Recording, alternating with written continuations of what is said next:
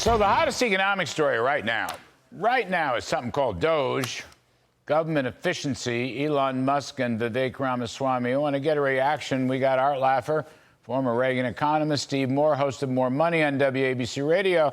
You know, Steve Moore, I mean, you look at what he said, Vivek Ramaswamy on Maria yesterday.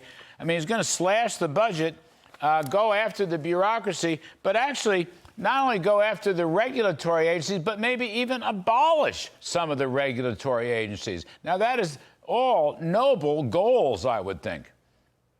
Boy, it's music to my ears. And, you know, if you go back to the Reagan era, and you and Arthur played a big role in the Reagan administration, remember we had that Grace Commission. People kind of have forgotten about that found hundreds of billions of dollars of waste in the budget back then. And by the way, Arthur and Larry, I think that was privately financed. I think all the money to do that was from private donations. And my point is, if they could find hundreds of billions of dollars back in the 80s, think how much you've got in terms of waste and duplication and fraud and simply inefficiency in these federal agencies. You know, it was speaking of Reagan. Remember, Reagan used to say the closest thing to immortality on this earth is a federal government program. And we got programs, Larry, that go back to before World War I, even War of 1812, and we still spend money on these programs. We don't even know what they do. Yeah, I mean, I tried with when I was working for Mr. Jefferson, I tried to cut some of these agencies down, but I couldn't quite get it done 250 years ago. All right, Laffer, how important is this? How important is this? Because tax cuts, extending Trump 1.0, adding perhaps Trump 2.0. Many in the Congress want supply-side tax cuts. With their growth kicker, and hopefully they'll be scored dynamically, Arthur. So do you do these things together, or do you do one before the other, mindful that you're going to have to go through OMB? It's going to take a little longer, I think, to get the Musk-Vivek thing done. They want it to be done in July. It probably won't get in July. What comes first, Arthur? That's what I'm saying.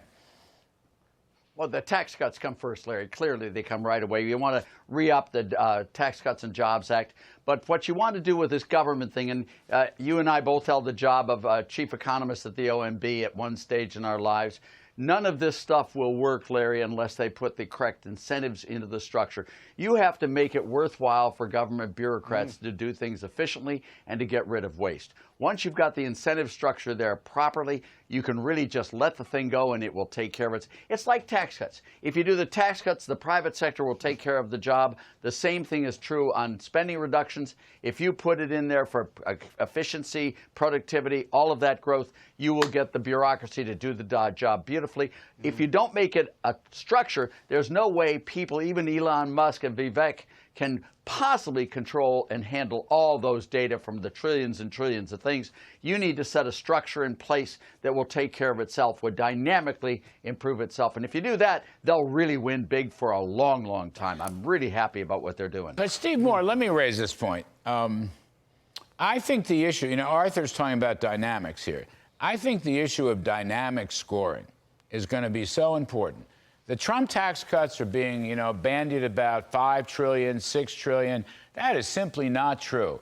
And any decent supply curve, any decent Laffer curve, any decent growth incentives, these estimates are wildly wrong. The CBO is wrong. The Joint Tax Committee is wrong. The Penn-Wharton model is wrong. They don't have any, I mean, even the Tax Foundation, which is close, nonetheless a little light. Dynamic scoring, Steve Moore, I think it's going to be so important. Well, you're spot on correct. And by the way, don't forget about this crazy group called the Committee for a Responsible Budget that only is ever in favor of every tax increase ever, but never has been in favor of cutting spending. But I want to give a statistic that documents what you just said. I just looked back at the data the year before we did the tax cut, okay, Larry, before, and I looked at their baseline on what's going to happen to revenues over the next 10 years. And then I looked at where we are today, and the revenues today are higher than they were expected to have been if we hadn't done the tax cut at all. Now, I'm not saying necessarily the tax cuts paid for themselves. I'm saying there was no revenue loss. There was no observable revenue loss whatsoever. So those models have to be kicked out. But look, we can find ways to offset any revenue loss. For example, you know, Trump has correctly said we're not going to cut Social Security and Medicare benefits, but what about cutting out the fraud in these programs, Larry? We spend hundreds of billions of dollars. The General Accounting Office has said there's hundreds of billions of dollars that are sent out by the federal government to fraudsters. People, they don't even live in the United States, and nobody does anything about it. Yeah, and you know what? You could also, we'll do this in another segment, gentlemen. Yeah. But things like food stamps and Medicaid and some of the so-called smaller entitlements, you need to have work requirements in there. Yes. And then move some of that stuff out into the states, a la federalism. I'm sorry, we don't have quite enough time. We'll do it again. We'll do it again soon. You make a lovely couple, Art Laffer and Steve Moore.